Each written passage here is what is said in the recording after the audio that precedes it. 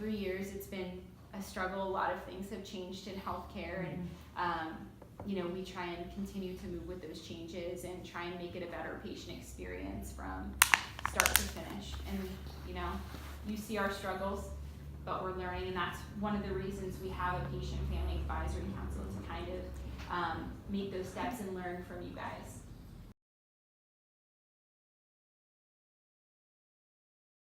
The answering service, doctor, that has to go. Really, something has to be done with that. Does anybody else use the portal here, the online? I signed one, but I never. I use the phone. I think it's simple.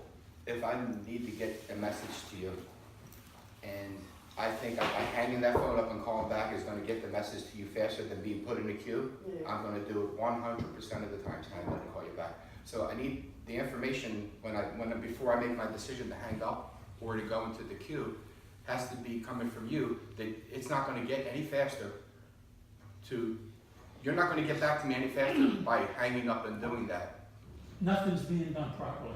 Either you got the people that are in the position to make a decision that can't make that decision, or better yet, they just don't have the expertise. You got to face the facts. You can't fix a problem that persists and persists. Well, what's that tell you?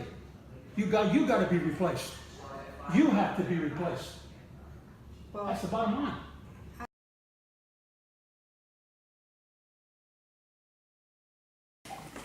The changes that the state of Pennsylvania has made in the past year and a half, I firmly believe that somebody trying to access the Home and Community-Based Services Program on their own will never get services, because there are so many places where it falls through the cracks, and if you don't have a strong advocate to pick you up out of those cracks, you're not getting anywhere. And I guarantee there are people across this city eligible for services who have started an application and they're sitting there patiently waiting, thinking that their application is moving through the system, and it's not. Sure. So I guess I'm a little passionate about that. For you guys to have a rating system for us, so that when the file comes up, you know that I need my hand held all the way. You know that I can pretty much So you have a yes, profile us in So- how much we need. yes, in a sense. We did something called risk stratification. We stratified you based on your disease states, kind of your age, like what kind of supports you needed. There's a sheet, it's from the American Academy of Family Physicians, right? That there's criteria that you would meet.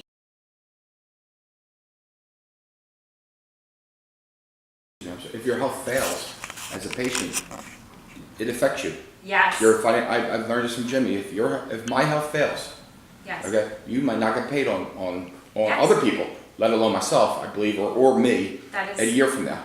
absolutely It's true. so important. The things that are really meaningful that we're really trying to work on and encourage patients to go is the breast cancer screening, the colorectal cancer screening. Diabetic eye exam is really challenging for us. And patients with diabetes getting their A1C below 9. You hit on a point, the wealth of information you're giving me now personally, I'm pretty conscious of what I do with it. I never heard this before.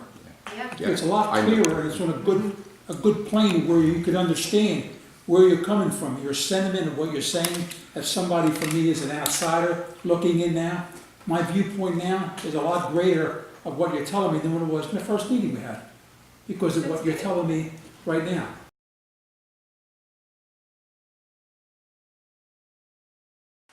Trying to take what we talked about in our first meeting and kind of putting it into action and taking the next step. So the first thing that we did was we made a newsletter. This is the first version of it. So we want you guys to kind of look it over, take a couple minutes, just read it, see if you think it's useful, if you think that we should add or change anything. If medical info that I could use, or anybody can use, I think the best thing would to teach people how to download the app while they're sitting there. Yeah. We were talking about doing it in your appointment, but if you're sitting there, you can see, you loop that enough times, You could be right? sitting there doing And then once you have the app in, you also are having an example of what to do with the app. like record a video of Yes. us doing it. You could be filmed and then put it on that board. Yep. I mean, because Yeah. you explain things to me that's so clear and make me understand what you're telling me. It really helps me a lot, Good. so. In building a website, and it was our first preview of it, and I took a lot of your advice and worked on it for the past month in trying to add features we talked about, and we're, I think, almost ready to publish the website. We actually filmed our first video today with Dr. A. Nice. So it was done. So we're getting ready to add that as a virtual video on the website. You